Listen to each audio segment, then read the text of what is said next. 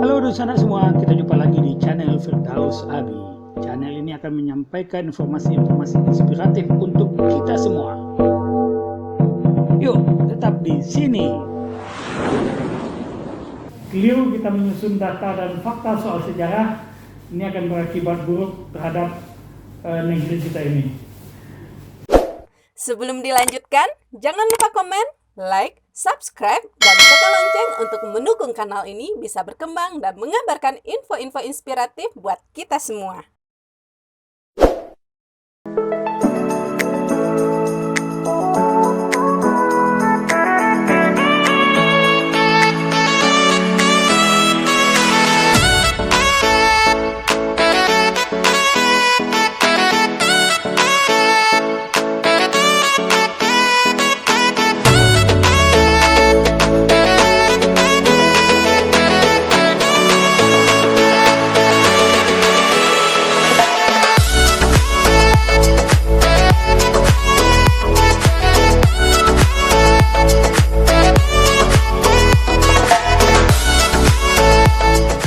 Bersyukur kita pada Allah SWT.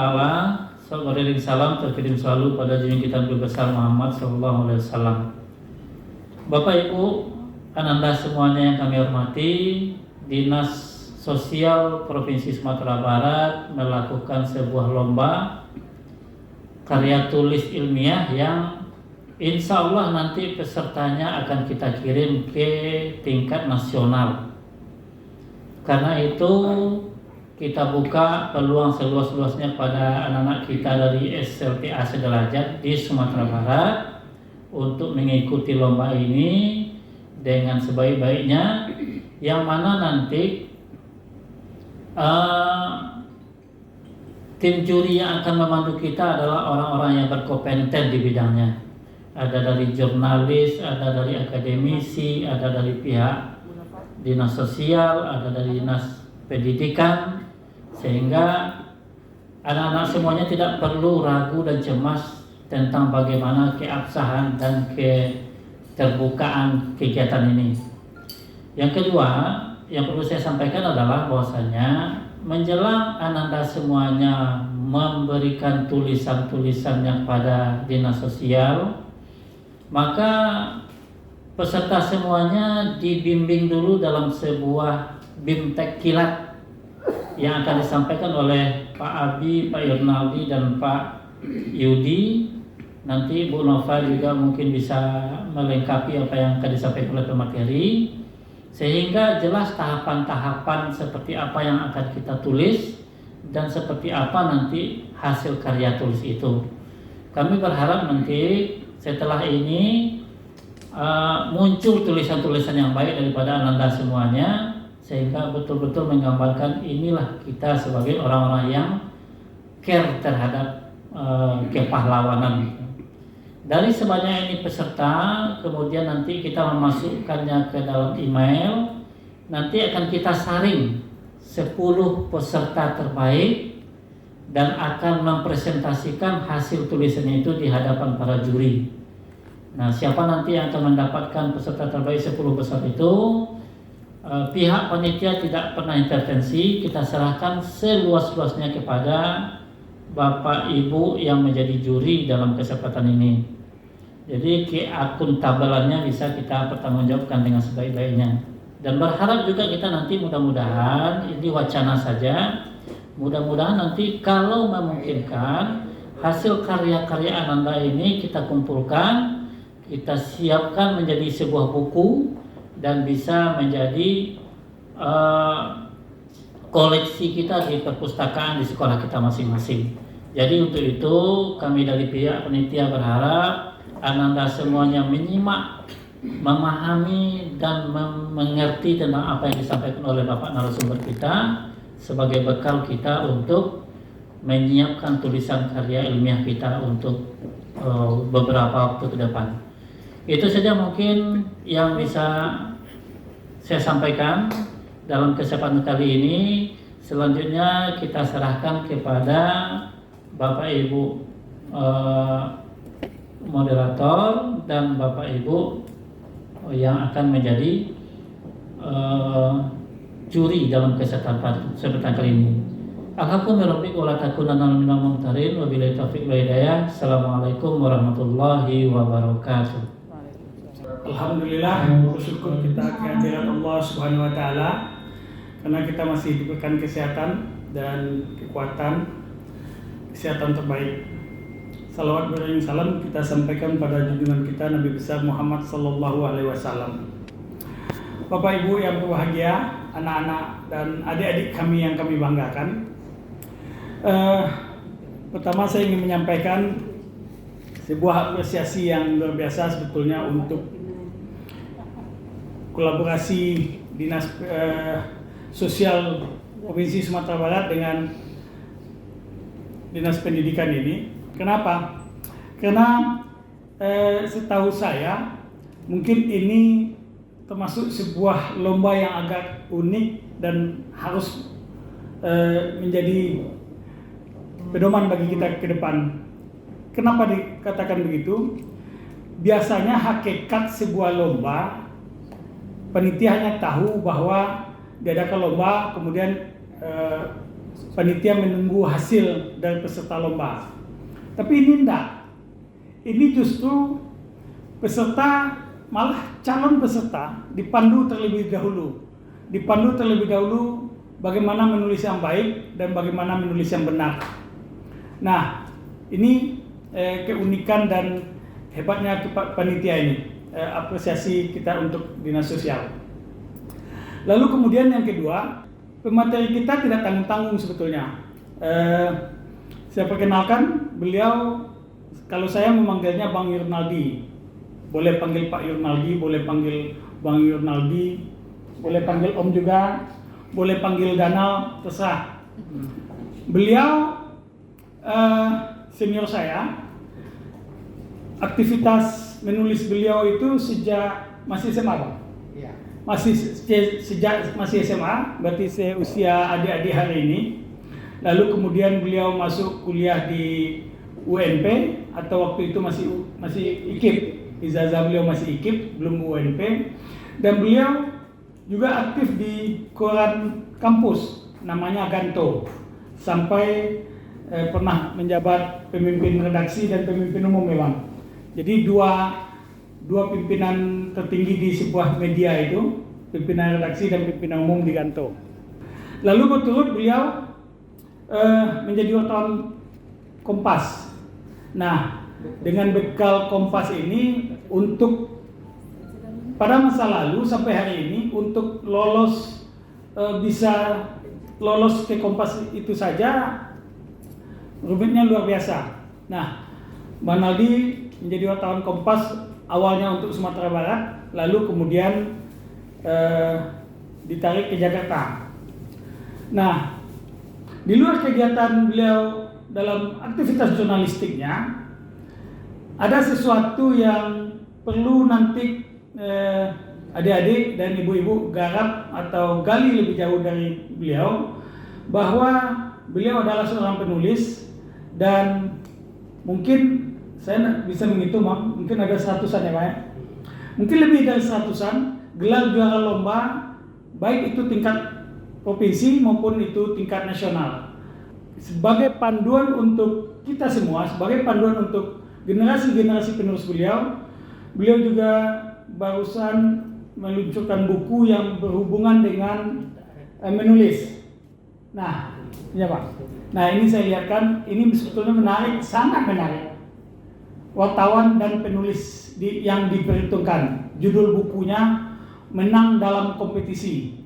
Nah, buku yang baru diluncurkan ini berkaitan dengan tulisan-tulisan beliau dan kiat-kiat praktis bagaimana bisa menulis lebih baik dan memenangkan lomba penulisan. Kemudian narasumber kita lain nanti ada Pak Yudi Andoni, beliau ketua jurusan sejarah di UNAN, dan adik-adik juga bisa akan menggali bagaimana menghubungkan penulisan soal sejarah dalam artikel ilmiah populer nanti. Makanya mungkin itu, silakan Bang Nali. Assalamualaikum warahmatullahi wabarakatuh. Bapak-bapak, ibu-ibu pembimbing anak-anak di SMA di Sumatera Barat. Betul kata Abi tadi, ini kesempatan langka, sebuah lomba yang sebelum dimulai itu ada pembimbingan atau pengayaan keterampilan wawasan kita di bidang penulisan.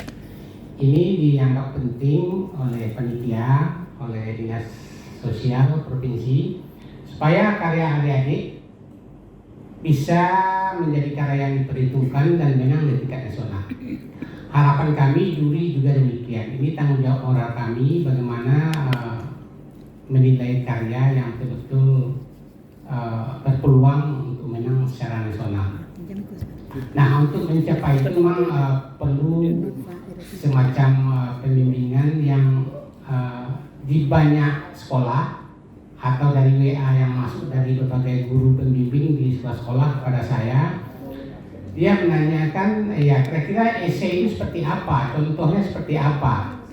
Nah, kalau adik-adik pernah baca koran, anggap saja koran yang terbit di Sumbar, ada Rakyat Sumbar, ada Haluan, ada Singgalang, ada Padang Express. Nah, yang esai itu adalah kalau pernah melihat di Padang Express misalnya, di halaman depan di kiri bawah ada teras utama. Itu teras utama itu nama rubrikasi. Itu tulisan yang ada di sana itu jenisnya esai. Lalu kita buka di halaman dalam, ada halaman opini. Halaman opini itu kadang-kadang dua tulisan atau satu tulisan, itu juga esai. Nah, di samping halaman tulisan opini itu ada namanya tajuk rencana atau editorial. Itu juga esai. Nah, di koran lain juga seperti itu. Kalau di Singgalang di halaman depannya ada rubrik komentar. Rubrik komentar itu tulisannya juga tulisan esai. Di di Rakyat Sumbar juga setiap hari Sabtu ya, ada tulisan tentang pendidikan atau kadang-kadang esai tentang budaya, sastra budaya. Nah, artinya apa? Yang esai itu adalah opini subjektif dari masing-masing kita yang menulis, yang cukup argumentatif, solutif, dan betul-betul original pendapat kita terhadap suatu persoalan. Jadi intinya adalah esai itu adalah sebuah opini dari penulis tentang sesuatu hal yang menarik atau urgen atau viral di masa sekarang. Nah, kemudian ada juga esai yang sifatnya akademik. Nah, kalau ibu-ibu atau adik-adik pernah membaca jurnal ilmiah, nah itu tulisan-tulisan di jurnal itu juga kategorinya esai. Esai ini adalah artikel ilmiah populer yang bisa dimuat di koran dan di jurnal. Nah, ini kalau kita sudah paham itu, nanti kita lanjut. Jadi itu pengertian esai. Jadi jangan pusing dengan pikiran-pikiran bahwa esai itu sesuatu yang sulit. Tidak. Kalau adik-adik pernah menulis apa saja dikatakanlah dalam buku diari, itu juga esai. Nah, cuma nanti temanya apa? Nah, dalam lomba ini temanya adalah semangat kepahlawanan. Nah, dan nanti Pak Yudi akan menjelaskan kira-kira seperti apa.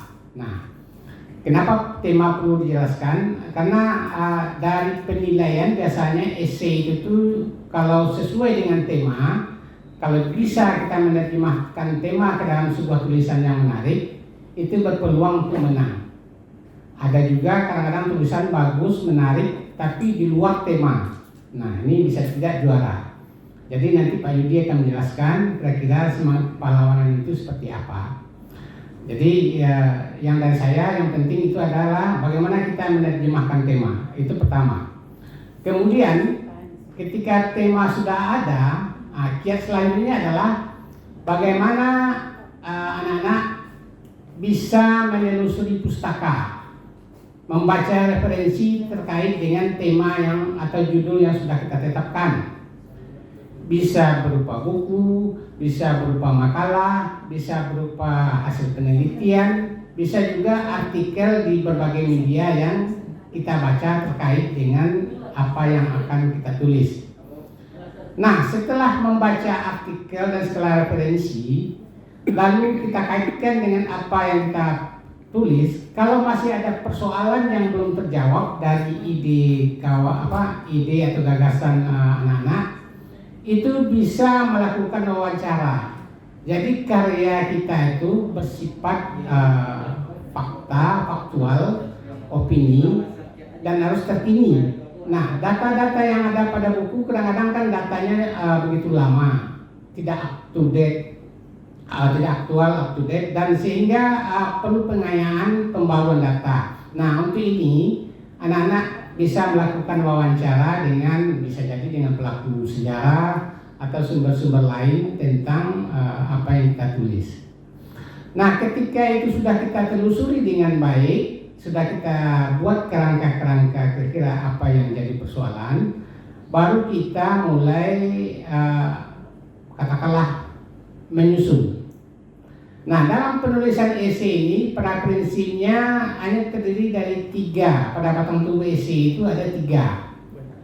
Jadi ada bagian pendahuluan, ada bagian isi, dan ada bagian penutup. Nah, pada bagian pendahuluan kita menjelaskan kira-kira apa persoalan terkini dari apa yang ada kita tulis. Lalu kita gaitkan, kita sambungkan dengan fakta-fakta yang ada di lapangan. Jadi kalau adik-adik ingin menulis tema kepahlawanan, misalnya anggaplah satu semangat atau satu karakter aja yang kita ambil misalnya. Pejuang dulu tidak pernah melakukan korupsi. Nah, sekarang dia melakukan korupsi. Nah, anggaplah ini persoalan bangsa, persoalan besar yang kalau tidak kita carikan upaya solusi yang terbaik, nah itu akan berdampak buruk terhadap negara ini.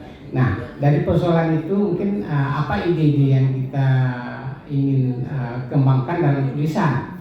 Nah, mungkin di level sekolah misalnya ada nggak sekolah anti korupsi?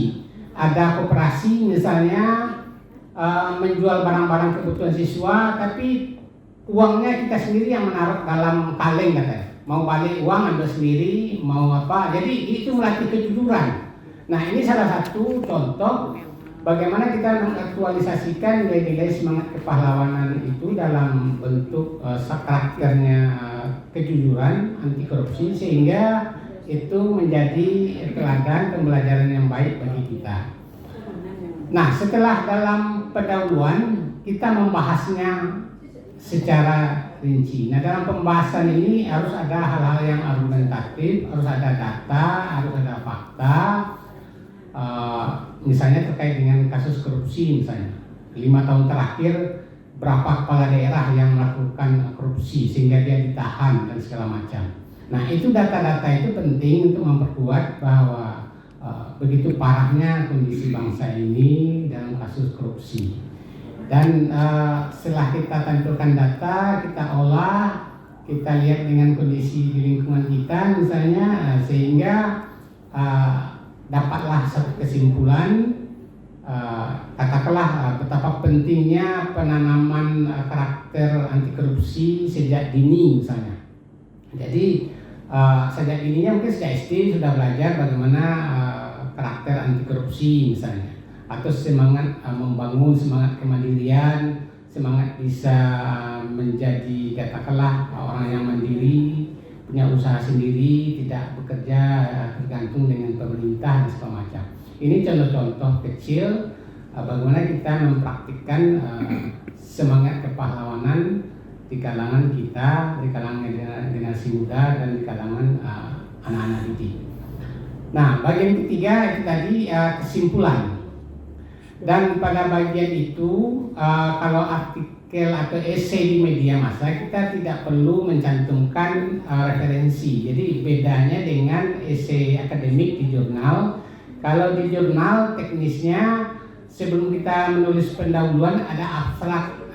Jadi karena kategorinya adalah kategori esai, ya kalau saya menyarankan banyak kategori yang artikel atau esai informal di media cetak. Tidak perlu seperti kita menulis di jurnal. Karena kalau untuk esai akademik di jurnal itu panjangnya bisa puluhan lembar halaman.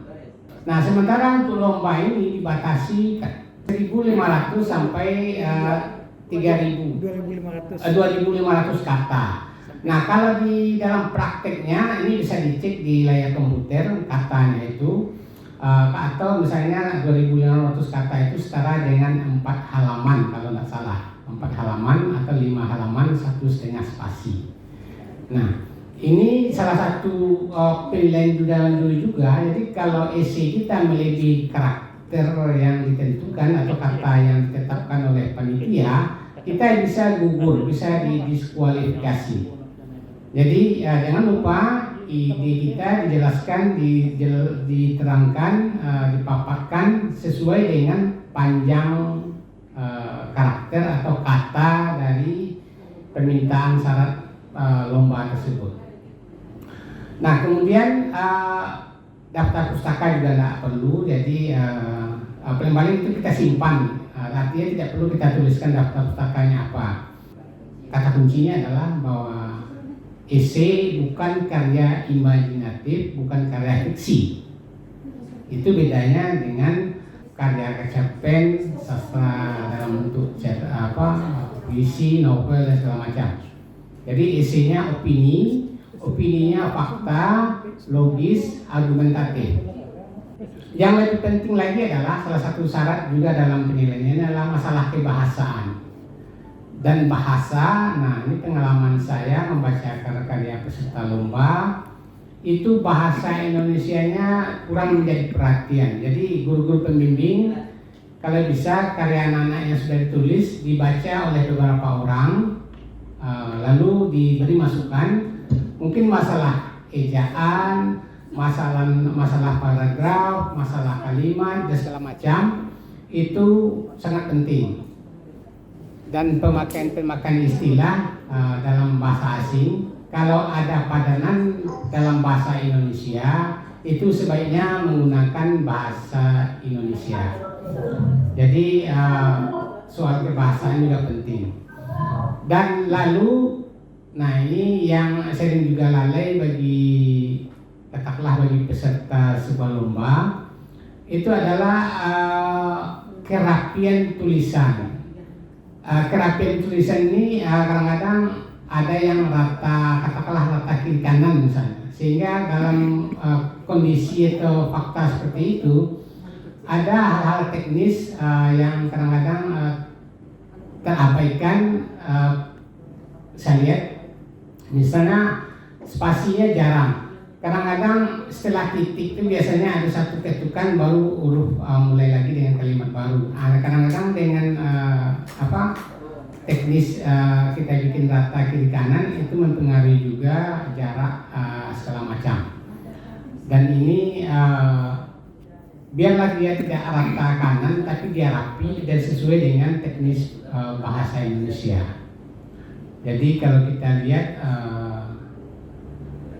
akta-akta notaris itu kan rata kanan, dan kadang-kadang kalau secara bahasa itu boleh dikatakan masih belum bagus, belum benar, belum baik, karena banyak hal-hal yang mungkin pemenggalannya tidak benar, karena sering kata strip ini tujuannya supaya tidak ada penambahan-penambahan. Tapi dalam karya ini sebaiknya ya mungkin guru-guru pembimbing dari guru bahasa Indonesia bisa memberi masukan seperti apa. Lalu nah ini juga penting. Kalau kita menulis esai yang akademik seperti karya ilmiah populer, cenderung memberi judul yang panjang-panjang. Nah, dalam lomba ini anak-anak atau ibu-ibu bisa memberi masukan ke anak didik, jangan memberi judul yang panjang-panjang. Artinya apa? Kalaupun panjang maksimal mungkin 6-8 kata. Jangan sampai 10, 12 dan lebih. Nah, artinya apa? Intinya bagaimana kita dengan judul itu mengisyaratkan atau menggugah minat baca orang, sehingga dengan judul yang singkat, padat, rasa ingin tahu orang semakin tergoda. Jangan judul kita paparkan seperti sebuah kalimat panjang sehingga Nah, kecenderungan berita-berita sekarang di media kan seperti itu. Dengan membaca judul orang nggak perlu membaca isi. Tapi di balik itu sebenarnya karena ini lomba, orang perlu membaca isi karena memang ingin melihat argumentasinya seperti apa, solusi dari persoalan yang kita tulis itu apa, ketajamannya seperti apa, datanya seperti apa. Dan ini penting, jangan kita menulis syarat panjangnya terpenuhi tapi dangkal, minim data, minim fakta, minim argumentasi dan segala macamnya. Nah, kalau bisa dengan data yang lengkap biasanya kita gampang menulis. Berapa mau panjang berapa bisa. Tapi bagaimana kita menyiasati katakanlah panjang tulisan yang kita bikin itu sesuai dengan persyaratan yang sudah diatur oleh panitia. Terakhir, karena ada ibu-ibu atau bapak-bapak pembimbing, kalau ada hal-hal yang katakanlah masih belum jelas nantinya kita bisa diskusi. Dan kalau ada guru-guru yang ingin lebih rinci lagi, bisa juga mengundang-undang Pak Firdaus Abi atau saya atau siapapun ke sekolah-sekolah supaya ya dengan tatap muka kita bisa lebih apa istilahnya, katakanlah misalnya anak-anak menulis sekarang, kami kasih ide menulis bisa dievaluasi semacam coaching klinik dari tulisan esai itu. Nah kalau ini kan karena kita dibatasi waktu hanya bisa dialog, tapi mudah-mudahan ini sudah upaya terbaik yang kita lakukan. Barangkali itu Pak Firdaus Abi, terima kasih. Baik, terima kasih Bang Aldi dan adik-adik, bapak-bapak, ibu-ibu semua pembimbing. Banyak hal disampaikan Bang Yonaldi, mulai dari ide atau tema, lalu bagaimana struktur penulisan, bahasa dan kerapian sampai judul. Nah, sebelum kita masuk pada sesi diskusi, kita minta Pak Yudi Andoni untuk berbagi dengan kita semua bagaimana menulis berkaitan dengan sejarah ini. Karena bagaimanapun sejarah itu adalah fakta dan data yang harus kita ungkap dengan baik. Keliru kita menyusun data dan fakta soal sejarah, ini akan berakibat buruk terhadap negeri kita ini. Silakan Pak Yudi. Baik, terima kasih. Assalamualaikum warahmatullahi wabarakatuh. Pertama-tama izinkan saya dulu untuk share screen atas paparan saya pada pagi ini. Oke, mudah-mudahan bisa terlihat bahwa pahlawan itu adalah kita. Sehingga apa? Ketika kita menganggap diri kita bisa menjadi pahlawan, artinya kita tidak ingin mengatakan bahwa saya punya sumbangsi besar terhadap negeri ini, bukan seperti itu. Karena pahlawan itu adalah sebuah konsep tentang pengorbanan, konsep tentang perjuangan.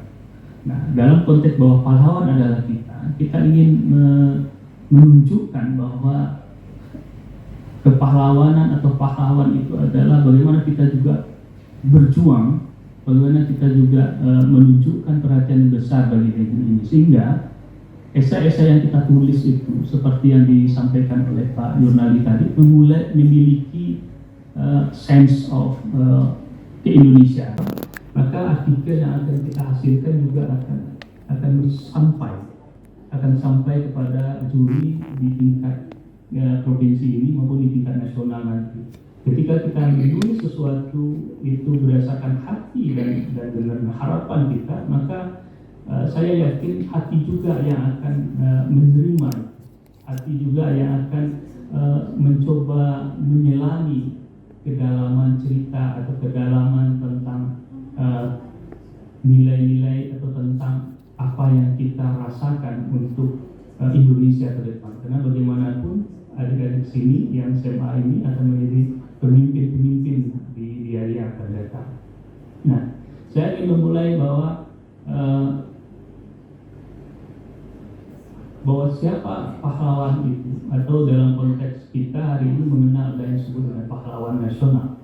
Kalau pahlawan, saya yakin semua orang punya pahlawannya masing-masing. Ada pahlawan populer, pahlawan katakanlah di Avenger misalnya. Betapa saya membaca Avenger seri terakhir itu Endgame itu begitu luar biasa mempengaruhi banyak orang, sehingga maksudnya film Endgame dalam Avenger seri terakhir itu begitu banyak orang sangat tersentuh dengan Thanos gitu ya. Padahal kalau kita di Padang, Thanos itu kan tukang jual batu cincin ya, tapi dia begitu luar biasa. Film itu mempengaruhi orang sehingga banyak anak muda kemudian merasa bahwa para Avenger itu sebagai pahlawan dunia yang menyelamatkan dunia dari tukang batu cincin. Nah itu ya, bagi saya itu sesuatu yang menarik dan lucu. Nah, pahlawan juga bisa dipahami sebagai orang tua kita, ya, pahlawan. Kemudian bisa jadi pahlawan itu adalah orang yang menolong kita di sehari-hari kalau kita punya masalah, bisa jadi itu teman, sahabat, dan seterusnya. Tapi dalam konteks ini, yang kita maksud pahlawan itu adalah pahlawan nasional. Siapa pahlawan nasional itu? Pahlawan nasional itu adalah gelar yang diberikan kepada warga negara Indonesia atau seseorang yang berjuang melawan penjajahan. Artinya penjajahan ini mulai dari masa VOC, kolonial. Jadi inilah yang disebut dengan pahlawan itu. Jadi mereka yang gugur demi membela bangsa dan negara, yang semasa hidupnya melakukan tindakan kepahlawanan atau menghasilkan prestasi karya yang luar biasa bagi pembangunan dan kemajuan bangsa dan negara Republik Indonesia. Ini konsep pahlawan sesuai dengan peraturan Presiden nomor 78 tahun 2018. Dan ini yang kemudian menjadi dasar tentang siapa yang disebut dengan pahlawan dan apa yang mereka lakukan dalam konteks pembangunan dan kemajuan bangsa dan negara kita. Kemudian siapa saja mereka? Nah, berdasarkan dari data yang saya dapat dari Direktorat Kepahlawanan, Keperintisan, Kesejahteraan dan terus Relasi Sosial Kementerian Sosial RI, ada sekarang 191 orang yang disebut dengan pahlawan nasional. Jadi mereka-mereka inilah yang melakukan sebuah perjuangan membela bangsa demi pembangunan dan Indonesia ke depan. Ada beberapa katakanlah klasifikasi pahlawan. Ada pahlawan dari 161 ini yang disebut dengan pahlawan perintis kemerdekaan, misalnya Cut Nyak, Tengku Umar, misalnya Imam Bonjol, Diponegoro dan seterusnya. Kemudian ada pahlawan kemerdekaan nasional. Ini adalah tokoh-tokoh yang dianggap berjasa di dalam membela Indonesia dari keberadaan tentara Belanda yang ingin kembali ke Indonesia. Katakanlah ini adalah pahlawan-pahlawan pada masa revolusi. Nah, kemudian ada pahlawan proklamator. Kita tahu ini adalah Bung Karno dan Bung Hatta. Kemudian ada pahlawan kebangkitan nasional, terutama pahlawan yang memang dianggap memberikan jalan bangkitnya kesadaran nasional kita sejak tahun 1908 sampai 1940-an atau 1942-an. Nah, ada yang disebut dengan pahlawan revolusi, yaitu pahlawan yang dianggap memiliki sumbangsi terkait tentang kesaktian Pancasila. Dan kemudian ada pahlawan Ampera, itu pahlawan yang dianggap berjuang demi tegaknya demi melawan rezim otoriter pada tahun 60. Nah, ini adalah contoh dari pahlawan-pahlawan yang memang dianggap punya jasa besar, terutama yang dari Sumatera Barat. Jadi saya membayangkan mungkin kita bisa menunjukkan contoh kepahlawanan yang diberikan oleh Abdul Muiz, Tuanku Imam Bonjol, Tan Malaka, Hatta, Pak Natsir, Sultan Syahrir, Abu Salim, dan lain-lain.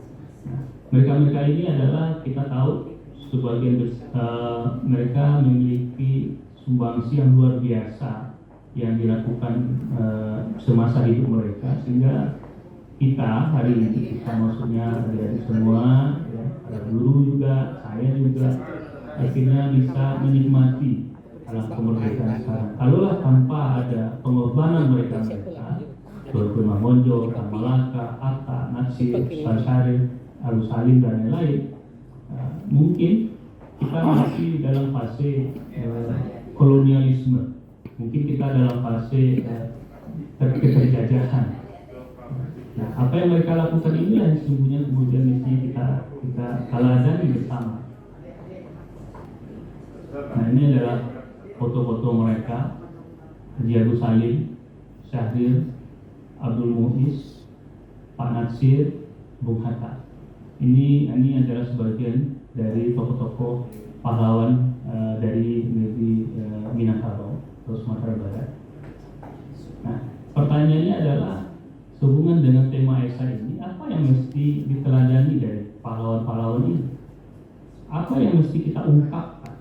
Apa yang mesti kita ambil dalam konteks kita ingin menuliskan? Kalau belajar dari apa yang disampaikan Pak Yunali tadi, bahwa kita menulis esai, kita menulis sesuatu yang sifatnya dari hati, sesuatu yang sifatnya emosional, maka kita mesti menulis dengan secara emosional juga terkait dengan keteladanan dari pahlawan tentang nilai-nilai perjuangan. Apa sih yang mereka mau? Kita tahu bahwa pahlawan-pahlawan ini sebagian besar hidup mereka ada di penjara, ya, ada ditekan, diintimidasi, ditakut-takuti, bahkan ada ancaman tentang kematian. Tetapi mereka tetap menjalani semua itu karena kepercayaan mereka pada prinsip kemerdekaan, bahwa ini adalah masalah tidak hanya mereka, tapi ini juga adalah masalah tentang anak cucu mereka. Ini nilai-nilai perjuangan mereka mempercayai, mereka percaya dengan itu dan mereka membayarnya dengan apa ya istilahnya, bahkan sesuatu yang lebih berharga dari hidup itu adalah kehidupannya. Ya, dengan kehidupannya, mereka membayar itu dengan kehidupannya, karakternya. Ya. Yang kita pelajari karakternya adalah seorang yang bertanggung jawab. Mereka ketika mengatakan bahwa hari ini kita harus merdeka, mereka bertanggung jawab dengan apa yang mereka bilang, apa yang mereka percayai, bertanggung jawab dengan itu, dan mereka kemudian menanggung risiko atas tanggung jawab yang sudah mereka yakini. Ini yang belum ada di diri kita hari ini. Ya, bagaimana para pahlawan-pahlawan kita punya karakter, dia bertanggung jawab terhadap apa yang dia yakini, dan kemudian dia menerima segala konsekuensi dari yang dia yakini. Nah, ini yang menjadi persoalan besar bagi kita hari ini kan, bahwa kita bilang kita bertanggung jawab, tapi kita tidak pernah mau menerima konsekuensi. Ketika kita mengatakan, ayo kita lakukan itu, tetapi terkadang ada semacam perjuangan untuk ada perjuangan untuk mengimplementasikan apa yang kita yakini itu, dan dalam proses kita mencapai tujuan kita ada konsekuensi. Ada keluarganya yang kemudian diteror, ada adiknya atau istrinya atau anaknya yang kemudian mati ditembak oleh tentara Belanda, misalnya Agus Salim misalnya. Kalau kita bicara sejarah tentang Agus Salim, bagaimana Agus Salim itu sesungguhnya adalah orang Koto Gadang yang semestinya kalau hari ini kita bawakan pada kondisi hari ini, sesungguhnya dia bisa jadi orang kaya, sangat kaya. Kenapa? Karena bapaknya itu pejabat kolonial. Dia dari keluarga yang kaya, dia dihormati oleh pemerintah kolonial.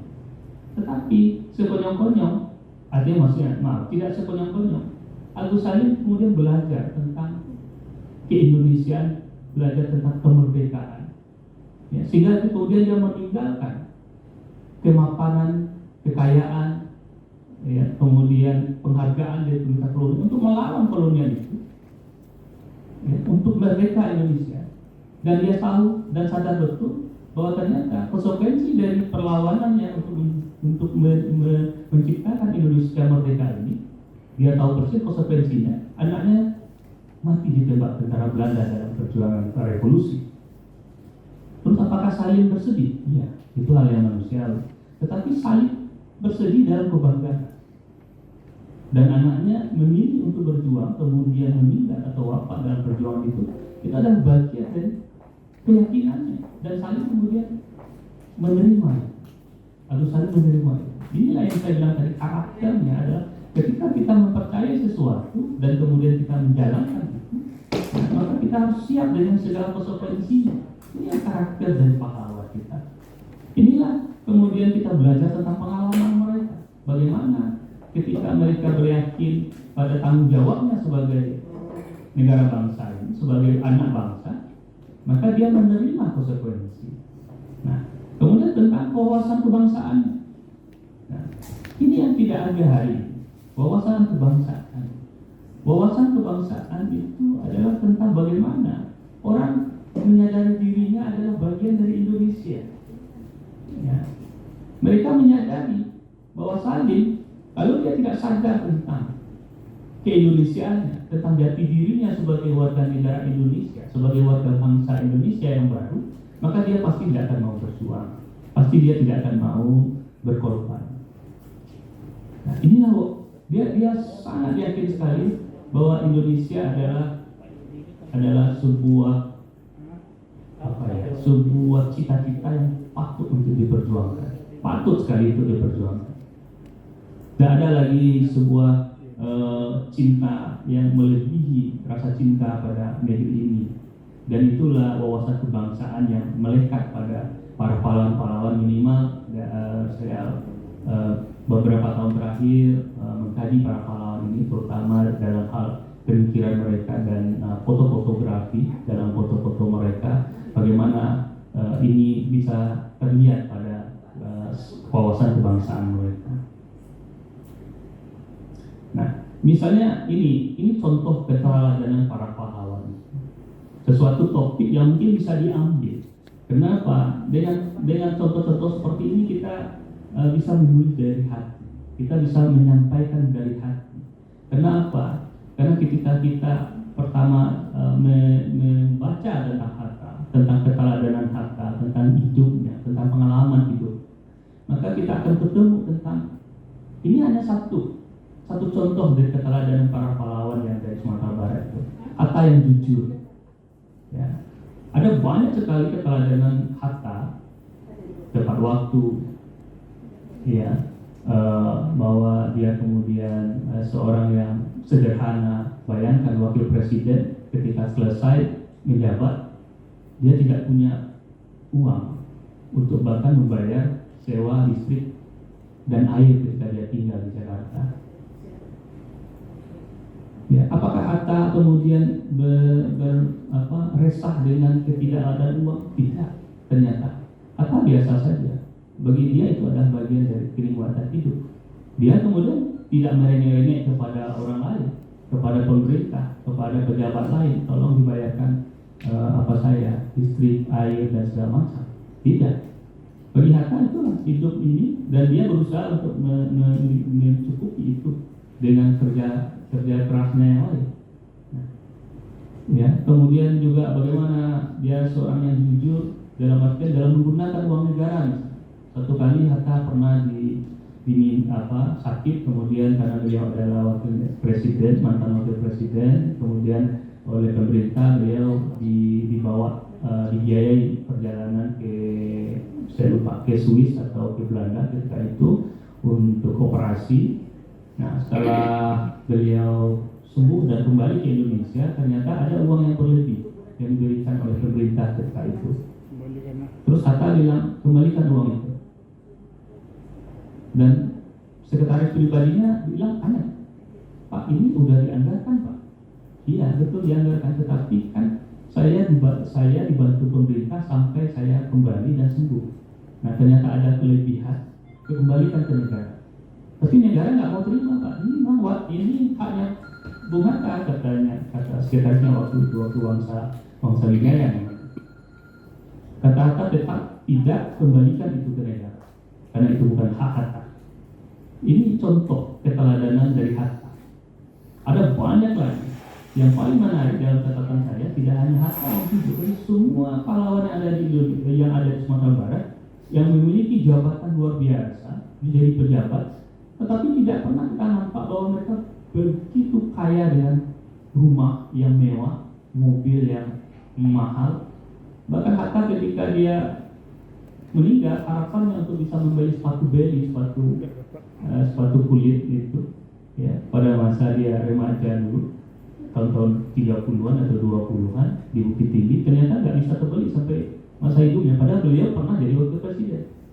Apa yang tidak ada di Hatta ketika itu? Karena anggaran negara ada di tangan Hatta. Ya, inilah Hatta yang jujur. Dan semua para pahlawan yang ada di Sumatera Barat, dalam penelitian saya itu tidak ada yang kaya ternyata. Nggak ada yang setelah pensiun kemudian punya rumah mewah yang gila-gilaan, punya tabungan uang yang gila-gilaan. Nggak ada. Kemudian Tan ini maksudnya cinta tanpa henti Tan Malaka. Yang paling menarik dalam hidup Tan Malaka adalah dia percaya dengan Indonesia ini. Kepercayaan itu mendatangkan rasa cinta yang luar biasa, sehingga dalam hidupnya dia tidak pernah mau mengenal perempuan. Tidak pernah. Bagi dia perjuangan adalah jalan menuju yang lahat. Maka dia tidak pernah, dan akhirnya dia tragis ditembak oleh tentara negara yang dia perjuangkan di Selopanggo. Ya. Bagi Tan Malaka, cintanya pada Indonesia bukan sesuatu yang sifatnya duniawi atau sesuatu yang fana. Saya nggak tahu dari mana rasa percaya tentang rasa cinta itu, yang rela berkorban demi negeri ini dengan menghilangkan rasa kesenangan pribadi untuk membentuk keluarga atau mencintai wanita. Kemudian Syahrir yang perindu. Baru terakhir saya nulis di salah satu media lokal di Padang hari Minggu kemarin, Syahrir yang perindu. Syahrir ini adalah seorang yang sangat mencintai keluarganya. Inilah kekuatan Syahrir. Syahrir bisa saja ditahan di penjara dan penjara, tapi sesuatu yang tidak bisa ia tahan adalah kerinduannya pada anak, pada istri. Maka ketika itu sesuatu yang sangat tersentuh saya ketika membaca sebuah pengalaman Muhammad Nur tentang Syahrir, ketika Syahrir dan dia sama-sama ditahan di Jakarta pada tahun 60-an, pada awal 60-an. Syahrir kemudian setelah berbeda dengan Hatta menikah setelah Indonesia merdeka dipaksa oleh Bung Karno. Syahrir menikah justru setelah Indonesia keluar dari jajahan tentara Belanda tahun 60-an. Nah, Syahrir mengatakan begini, saya sudah keliru, saya sudah nikah duluan, kata Syahrir. Kenapa? Ternyata di negeri yang saya anggap sudah alam merdeka, ternyata saya tetap juga diasingkan. Saya keliru bahwa di negeri yang saya perjuangkan kemerdekaannya, ternyata saya masih diasingkan. Nah, ketika diasingkan inilah Syahrir kemudian merasakan kehancuran. Kenapa? Karena di dalam tahanan rezim, di tahanan anak negeri yang dia bela sendiri, kekuatannya mulai dilumpuhkan. Dia tidak boleh ketemu keluarganya, anak biasa. Akhirnya itu yang menyebabkan dia kemudian meninggal. Ini satu contoh keteladanan Syahrir. Salim misalnya, Agus Salim. Bagi Salim, memimpin itu adalah menderita. Kalau sekarang, memimpin itu adalah memperkaya dirinya atau kelompoknya. Agus Salim mengatakan memimpin itu adalah menderita. Salah satu yang miris dari kehidupan Salim, selain dari bagaimana anak-anaknya kemudian masuk dalam perang dan kemudian ada yang meninggal ditembak tentara Belanda, adalah bagaimana dia setelah rumahnya itu tidak pernah rumah sendiri, pasti rumahnya kontrakan. Setiap dia pindah dari kontrakan satu ke kontrakan yang lain, maka kontrakan yang terakhir pasti yang lebih buruk daripada kontrakan sebelumnya. Inilah kehidupan Salim. Memimpin itu bagi Salim adalah menderita. Abdul Muiz ini adalah seorang sastrawan yang menulis banyak tulisan-tulisan tentang cinta ke Indonesia. Ini Rasuna Said ya, bukan Rasuna Said. Rasuna Said. Bagaimana bayangkan pada tahun 30-an dia kemudian dipenjara oleh perempuan ya, pada waktu itu karena apa? Karena begitu lantang dia membela Indonesia, Sehingga bagi dia penjara itu adalah rumah gadang yang baru. Dia begitu tidak peduli dengan penjara, karena bagi dia itu adalah rumah gadang. Nah, yang terakhir ini mungkin Mr. Asa'ad adalah Datuk Mudo. Dia adalah penjaga Republik. Ketika Indonesia masuk pada sistem Republik Indonesia Serikat, dia menjadi Presiden Republik Indonesia. Republik Indonesia itu adalah bagian dari negara Republik Indonesia Serikat. Kalau tidak gara-gara Mr. Asa'ad ketika itu, bisa jadi Republik Indonesia Serikat akan tetap menjadi bagian kita hari ini. Lalu dia tiba-tiba bilang, sudahlah Pak Presiden, Pak Bung Karno, nggak usah republik ini dibubarkan, Bung tetap jadi presiden diri, saya tetap di Republik. Ternyata Mr. Asa'ad tidak, dia tidak gila dengan kekuasaan, dia tidak kemaruk dengan wewenang besar yang dia miliki.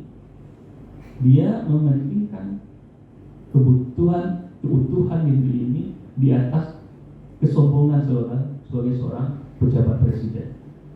Nah, sayang beliau belum diresmikan. Mudah-mudahan Dinas Sosial Sumatera Barat bisa membawa Mr. Asa'ad bisa menjadi pahlawan kita, karena bagi kami di konteks sejarah, para sejarawan, Mr. Asa'ad ini mestinya menjadi presiden berjejer dengan Pak Harto, dengan Pak SBY, ya, menjadi presiden, karena ini realitas sejarahnya.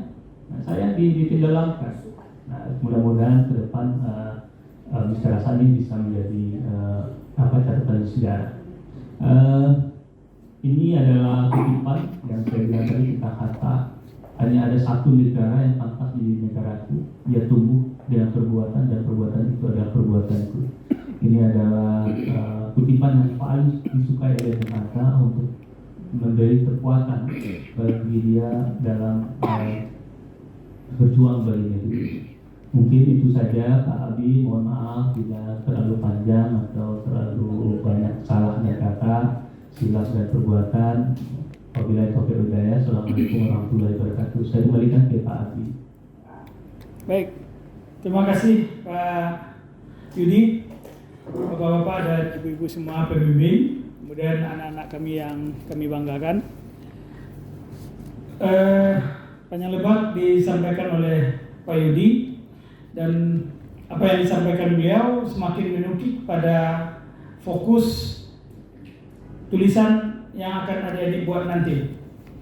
Di antaranya saya petik bahwa menulis dengan hati yang disampaikan Pak Yudi, lalu kemudian dikondisikan, beliau juga mengkondisikan lebih memfokuskan pada memberikan pencerahan pada kita tentang nilai-nilai yang dimiliki oleh pahlawan-pahlawan, khususnya pahlawan yang berasal dari Sumatera Barat. Baik, terima kasih Pak Yudi, Bapak Ibu yang berbahagia, anak-anak kami. Untuk closing statement kita kembalikan kepada Pak Zul, silakan Pak, dari Dinas Sosial Provinsi Sumatera Barat.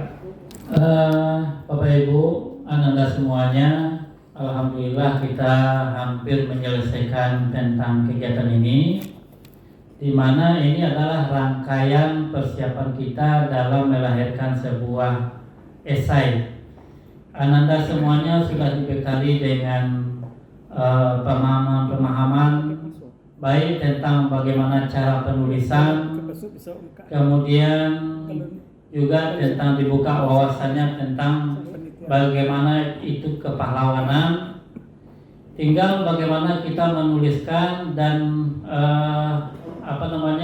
menuangkannya dalam sebuah tulisan. Ananda semuanya, kalau Ananda semuanya langsung melakukan goresan-goresan tulisan, mumpung kondisi masih panas dan hangat-hangat ini, maka tulisan Ananda itu akan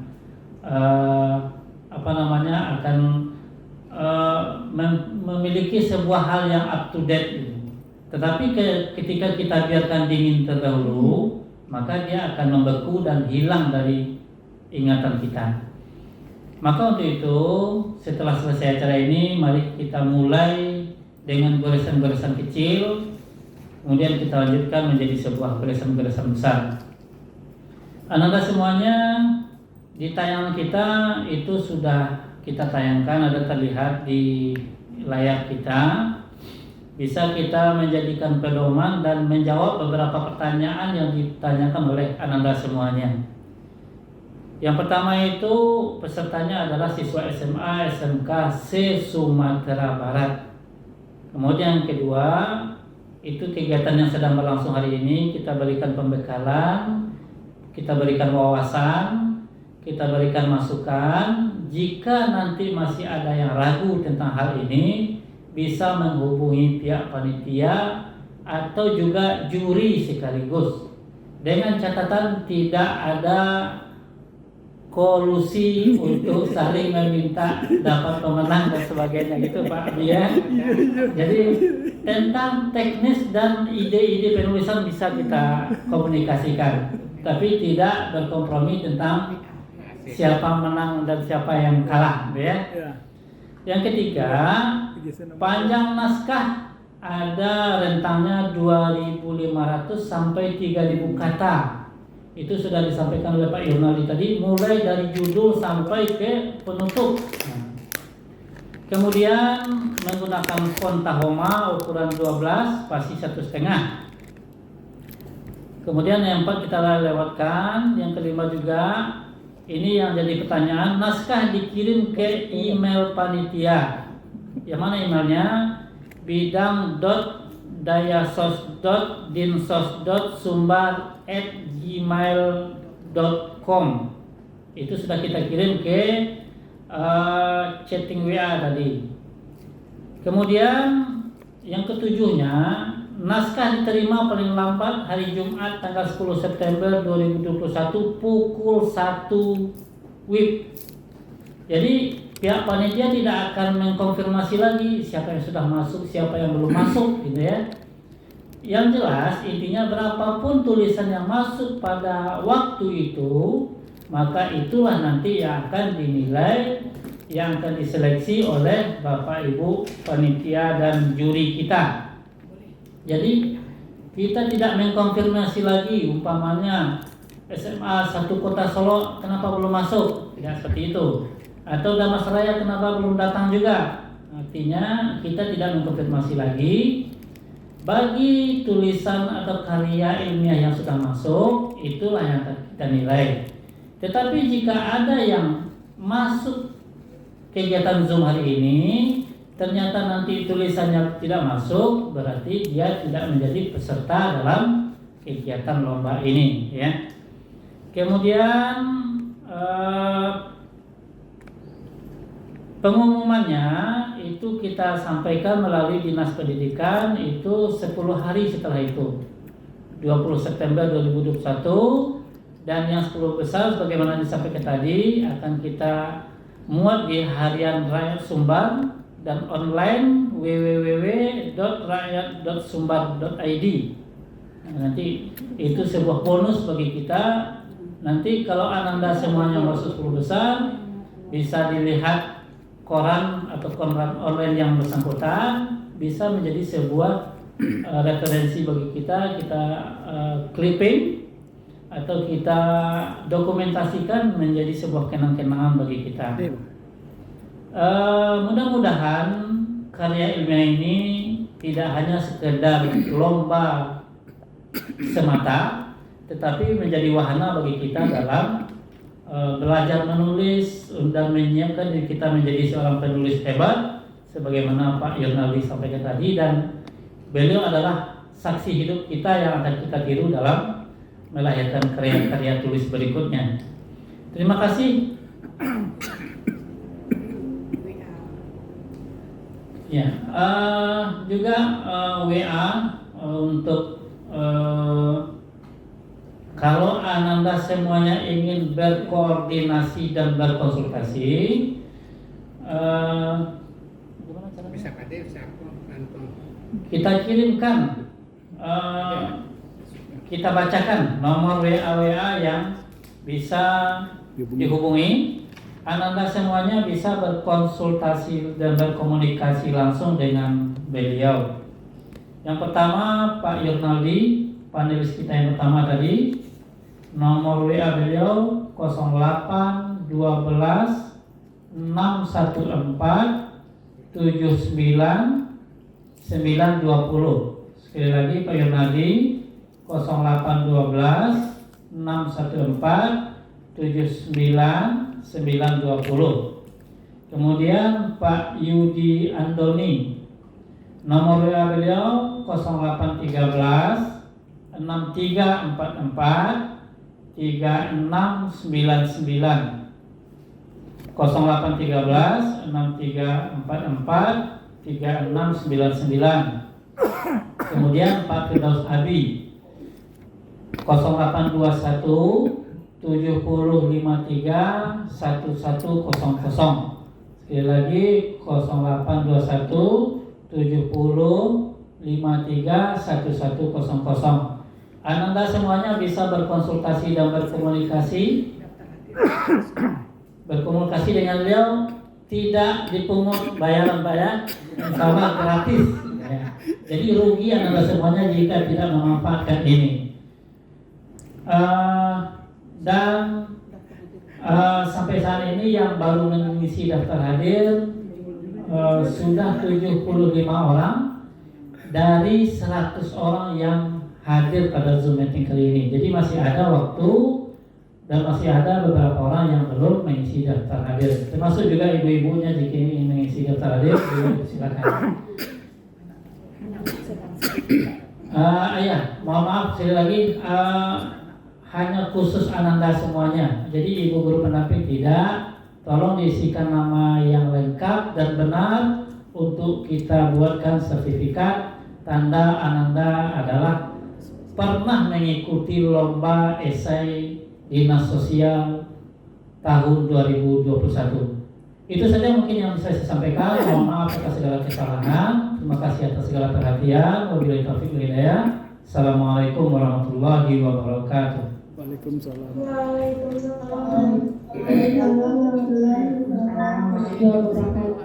Baik Bapak Ibu dan anak-anak kami yang berbahagia, sebelum saya akhiri, saya berbisik dan tertawa sama Bang Yurnaldi sebentar ini. Apa yang saya tertawakan, yang bisa kami bisikkan, pada awal tadi saya memberikan apresiasi pada dinas sosial bahwa ada lomba yang kemudian pesertanya difasilitasi untuk pelatihan. Itu pertama. Yang kedua, yang saya ketawakan barusan adalah ini agak aneh juga, aneh dan menarik. Panitia memberikan izin yang luar biasa kepada peserta untuk bisa menghubungi juri. Untuk bisa menghubungi juri. Menilai kejujuran. Saya bilang ke Bang Yurnaldi, Bang, ini aneh juga Bang. Kenapa?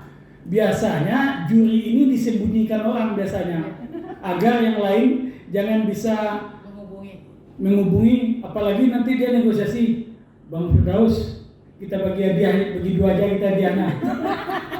Kita juri keren juga. Menilai kejujuran. Tapi ini bahagian yang saya tangkap, satu kepercayaan luar biasa dari panitia kepada juri dan kepada peserta. Insya Allah peserta maupun guru pembimbing tidak akan pernah mau beria-ia dengan juri. Menego. Yang kedua mungkin nilai positifnya juga kami lihat, kami yakin panitia yakin dengan kredibilitas juri. Wes semua. Bukankah begitu Pak Yudi? Oke. Amin. Baik. Pertemuan kita yang luar biasa ini mudah-mudahan bermanfaat bagi kita semua dan anak-anak kami bisa langsung action dalam menulisnya seperti yang dipesankan Pak Zul tadi. Ketika kepala masih berisi, masih panas-panasnya, langsung aja torehkan tulisannya. Akhir kata, terlebih dan terkurang banyak maaf. Saya akhiri pertemuan ini. Assalamualaikum warahmatullahi wabarakatuh.